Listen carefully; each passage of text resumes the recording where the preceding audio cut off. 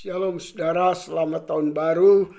Kiranya damai sejahtera dan berkat Tuhan menyertai kita dan saudara pada tahun 2021 ini. Bahkan yang sakit disembuhkan, dipulihkan Tuhan. Mari kita membuka ayat mas kita Filipi pasal 2 ayat yang ke-8 dengan tema ketaatan membawa berkat.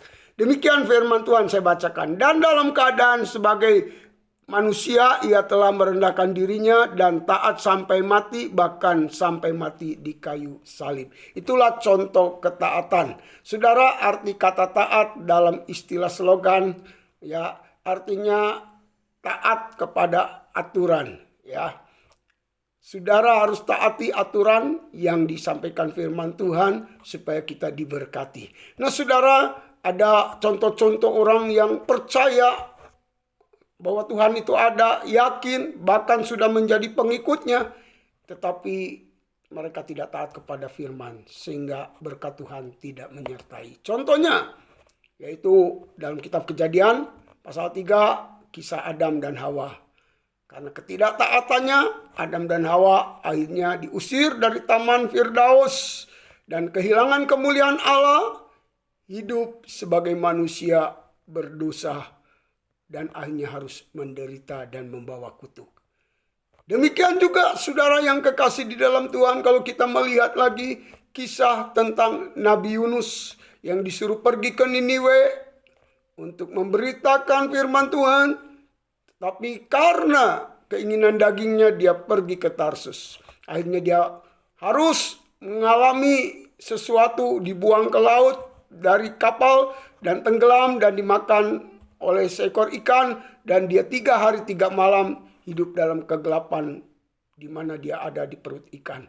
Sehingga di sana dia menangis, bertobat, baru Tuhan memulihkan dia.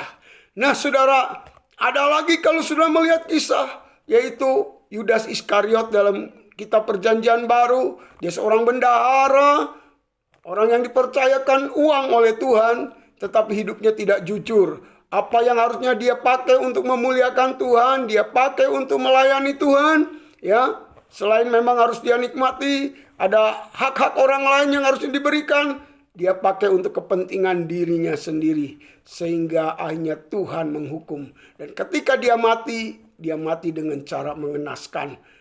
Saudara, yaitu Yudas mati dengan cara gantung diri. Nah, itulah orang-orang yang gagal di dalam pengiringannya kepada Tuhan. Karena mungkin memakai cara-cara akal manusia atau lebih mendengar nasihat orang lain daripada mendengar firman Tuhan. Demikian tidak sedikit orang percaya yang mengalami seperti itu. Namun kiranya saudara tidaklah mengalami apa yang mereka tadi alami. Tetapi ada contoh-contoh yang baik di Alkitab, yaitu kisah tentang Nuh. Nuh disuruh membuat bahtera di tengah-tengah dunia yang sedang makmur. Tuhan bilang, Tuhan akan hukum dunia ini. Kamu buatlah sebuah bahtera dan kamu masuk ke dalamnya. Sementara orang-orang tertawa, mengejek. Nuh ini seperti orang gila, fanatik. Ya, karena dunia tidak mungkin dihukum dalam keadaan yang begitu hebat.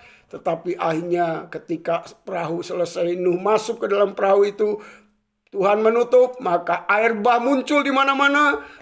Dunia ditenggelamkan dan hanya keluarga Nuh yang diselamatkan. Saudara, demikian kalau saudara melihat lagi kisah-kisah lain. Yusuf seorang pengangon domba karena ketaatannya. Akhirnya Tuhan mengangkat hidupnya menjadi seorang yang dimuliakan. Bahkan dia boleh menjadi seorang penjabat tinggi di dalam kerajaan musuhnya. Karena ketaatan juga kalau kita melihat janda di Sarfat yang hanya memiliki 1 genggam tepung dan sebuah buli-buli. Ketika Tuhan meminta supaya dia menjamu dulu seorang hamba Tuhan dari sebagian daripada kue yang dia buat, maka Tuhan melakukan mujizat sehingga minyak itu tidak pernah habis dan tepung itu tidak pernah juga habis. Demikian kau sudah melihat lagi di dalam Injil, ya, seorang anak kecil dengan 5 roti 2 ikan akhirnya bisa memberi makan 5.000 orang karena diserahkan kepada Tuhan dan diberkati oleh Tuhan. Mari saudara, kita melihat contoh-contoh yang baik ini. Bahkan kalau saudara melihat pernikahan di Kana, ketika kekurangan air anggur, Ibu Yesus katakan, kepada Tuhan bahwa kekurangan air anggur. Dan kalau Tuhan Yesus bilang apa yang harus dilakukan, lakukanlah oleh kamu, hai pemimpin pesta. Maka pemimpin pesta setelah datang kepada Yesus, dia melakukan apa yang Yesus perintahkan, yaitu mengisi bejana-bejana dengan air tawar. Tetapi ketika Yesus memberkati, air tawar itu berubah menjadi anggur. Maka pernikahan itu diselamatkan. Inginkah rumah tangga saudara diselamatkan, jiwa saudara diselamatkan, melihat mujizat-mujizat? Taatilah kepada firman Tuhan. Bagaimana saudara taat kepada Tuhan dan firman-Nya? Saudara harus mendengar suara hamba-Nya yang dipercayakan sebagai pemimpin rohani saudara. Mari kita akan membuka sebagai ayat emas yang kita akan baca di dalam Ibrani 13. Ayat yang ke-17 inilah nasihatnya. Taatilah pemimpin-pemimpinmu dan hendaklah kepada mereka kamu tunduk, sebab mereka berjaga-jaga atas jiwamu sebagai orang-orang yang bertanggung jawab atasnya. Dengan jalan itu mereka akan melakukannya dengan gembira, bukan dengan keluh kesah, sebab hal itu tidak akan membawa keuntungan bagimu. Amin. Biarlah engkau selalu mendengar apa yang disampaikan oleh pemimpin rohanimu, supaya pemimpin rohanimu pun juga tidak merasa lelah, ya, untuk tetap bersemangat melayanimu, menyampaikan apa yang menjadi suara Tuhan. Sehingga saudara dipimpin tahun 2021 ini dengan firman yang memberkati. Sekian, kiranya Tuhan berkati. Mari kita tunduk kepala. Tuhan, terima kasih.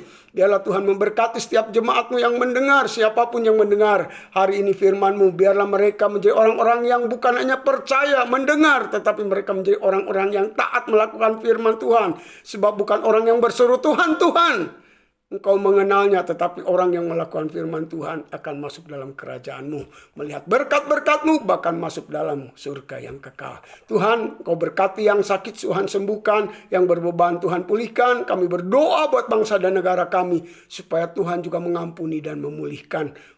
Terima kasih Bapak. Dalam nama Tuhan Yesus kita yang percaya mengatakan, amin. Tuhan memberkati.